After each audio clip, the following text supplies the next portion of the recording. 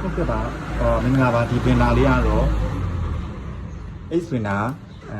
HB480B လေးပါဘာကုတ်ပင်နာလေးပါသူ့မှာဘာပါပဲလဲဆိုတာအပေါင်းစင်းလေးလို့ပြပေးပါမယ်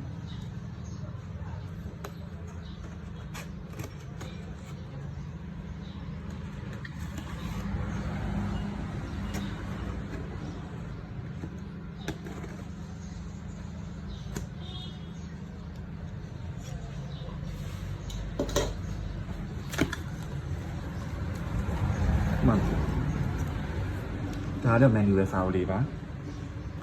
ဒီနားလေးကျွန်တော်တို့ထုတ်လိုက်ပါမယ်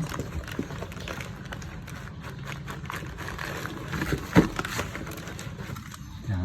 ခွန်လေးပေါ့နော်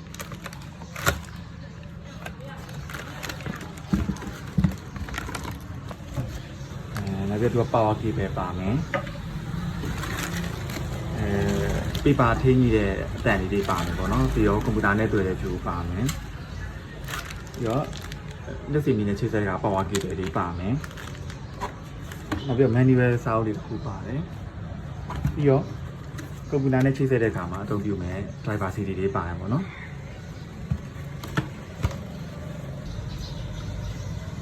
ဒီ printer လေးရကြတော့ H480B လေးပေါ့နော်ဒီဘက်က lock ကလေးပေါ့အဖုံးဖွင့်ကဒီ lock လေးကိုရှေ့ဆိုတာမယ်ဒီဘက်မှာ lock လေးပါတယ်လက်နှစ်ဖက်နှစ်ကိုကျွန်တော်ဒီလိုရှေ့တိုးပြီးတော့ထုတ်အောင်ပါပေါ့အဖုံးဖွင့်ရမှာပေါ့နော်โอเคအဲဒါဒီ printer လေးကိုဒါလေးကိုချွတ်လိုက်မယ်ဒီမှာခဏကတ်ထားမယ်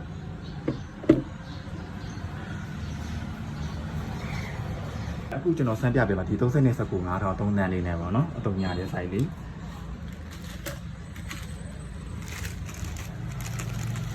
ဒီဟာလေးကတော့ paper ထင်းကြီးတဲ့တန်လေးပေါ့ဒီ paper ထင်းကြီးတဲ့တန်လေးကဒီစက်ကူနဲ့ fitting လုပ်မယ်ဒီ fitting လေးမလုပ်ခင်မှာကျွန်တော် printer လေးကိုအဖုံးဖွင့်လိုက်မယ်ပေါ့နော်အခုဒီဘက်ညာဘက်ကခလုံးဘက်ကခလုံးလေးနဲ့ရှေ့ကိုဖွင့်မယ်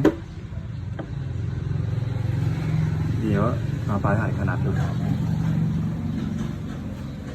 ပြုတ်ထားပြီးတော့ဒီ paper ထင်းကြီးတဲ့တန်လေးကိုကျွန်တော်ပြထားဒီလိုလေးတက်လိုက်မယ်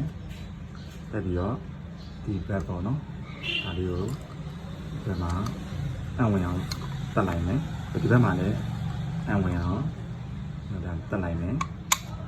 တက်ပြီးတော့အဆုံးလေးနည်းနည်းထွက်အောင်ညှိလိုက်မယ်ပေါ့နော်ညှိပြီးကျွန်တော်ဒီ printer ရဲ့ဒီမြောင်းလေးပေါ့ဒီမြောင်းလေးကိုဝင်အောင်လုပ်မယ်ပြီးရင်နည်းနည်းလေးတွန်းမယ်အလယ်လောက်ကိုကြာအောင်လုပ်မယ်ဒီ paper လေးကိုကျွန်တော်ပြတော့နည်းနည်းလေးရှေ့ဆွဲလိုက်မယ်ဒီဟာလေးနဲ့ဒီဟာလေးကို clip နဲ့ပို့ပြီးတော့ဒီ clip လေးရာဒီလိုမျိုးလက်ကလေးနဲ့ကျင်းလိုက်လို့ရတယ်ပေါ့နော်ပြန်ဖွင့်မယ်ဆိုဒီလက်ကလေးကိုဒီဘက်ကိုတွန်းနေရတယ်လက်ကလေးကိုကျင်းလိုက်မယ်ကျင်းပြီးရင်ကျွန်တော်ဒီဟာလေး paper လေးကိုနည်းနည်းလေးဆွဲထုတ်လိုက်မယ်ထုတ်ပြီးတော့အဖုံးလေးကိုခရက်တို့ကြာအောင်ပေးလိုက်မယ်ပေါ့နော်ခရက်တို့ကြာအောင်ပေးပြီးရင်